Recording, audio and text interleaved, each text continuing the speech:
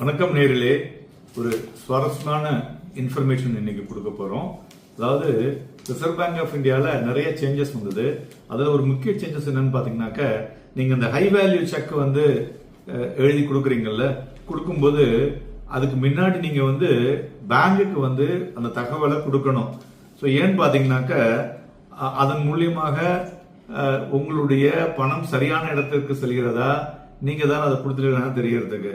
So இதுக்கு வந்து now the high value sex usually 5 லட்சம் எவ்வளோ இருந்தது இல்லையா, இதை வந்து என்ன பண்ணிருக்காங்கனாக்க பாசிட்டிவ் பே சிஸ்டம் பிபிஎஸ் அப்படின்னு சொல்லிட்டு டு பிரிவென்ட் ஃப்ராட். ஏன்னா இப்ப நிறைய வந்து உங்களுக்கு இன்டர்நெட் மூலியமா நிறைய விஷயங்கள் ஃப்ராட் நடக்குது இல்ல, அதை அவாய்ட் பண்றதுக்கு தான். ஸோ இதை வந்து நீங்க சம் குரூஷியல் ஸ்டெப்ஸ் இருக்குங்க. இதுல என்னன்னு பாத்தீங்கன்னாக்க, நீங்க இது பண்ணலைன்னா யுவர் செக் வந்து கெட் ரிஜெக்டட் ஆகும்.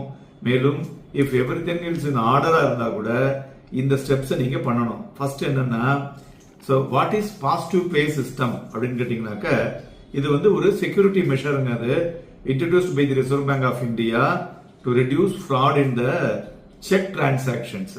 ஸோ அதனால it request the issuer of the cheque வந்து key details such as check number, date, amount and beneficiary name with a bank before the check presented to the bank நீங்க அதை கொடுக்கணும். அதே மாதிரி இந்த bank என்ன பண்ணும், இதெல்லாம் வெரிஃபை பண்ணும்.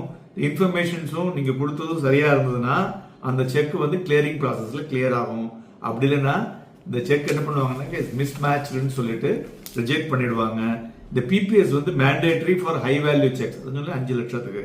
ஸோ இதுல என்னெல்லாம் நீங்க இருக்கு அப்படின்னு பாத்தீங்கன்னாக்க, ஸோ இந்த வாலண்டரிக்கு பாத்தீங்கன்னா முதல்ல வந்து பேங்க் அலோவ்ஸ் சப்மிஷன் வயா இன்டர்நெட் மூலியமா நீங்க அனுப்பலாம், இல்ல மொபைல் ஆப் மூலியமா பண்ணலாம், இல்ல இமெயில் ஆர் எஸ்எம்எஸ் மூலியமா பண்ணலாம்.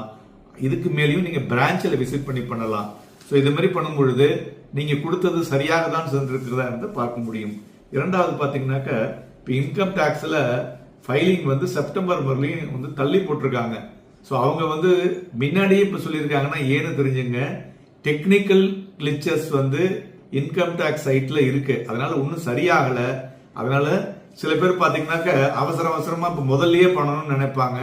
அதே மாதிரி உள்ளவங்க உங்களுடைய மைண்டை கொஞ்சம் வந்து வெயிட் பண்ணி, ஸோ எல்லாம் கிளியர் ஆயிடுச்சா அப்படிங்கிற ஒரு செக் வந்து கண்டிப்பா இன்கம் டேக்ஸ்ல இருந்து வெளியாகும்.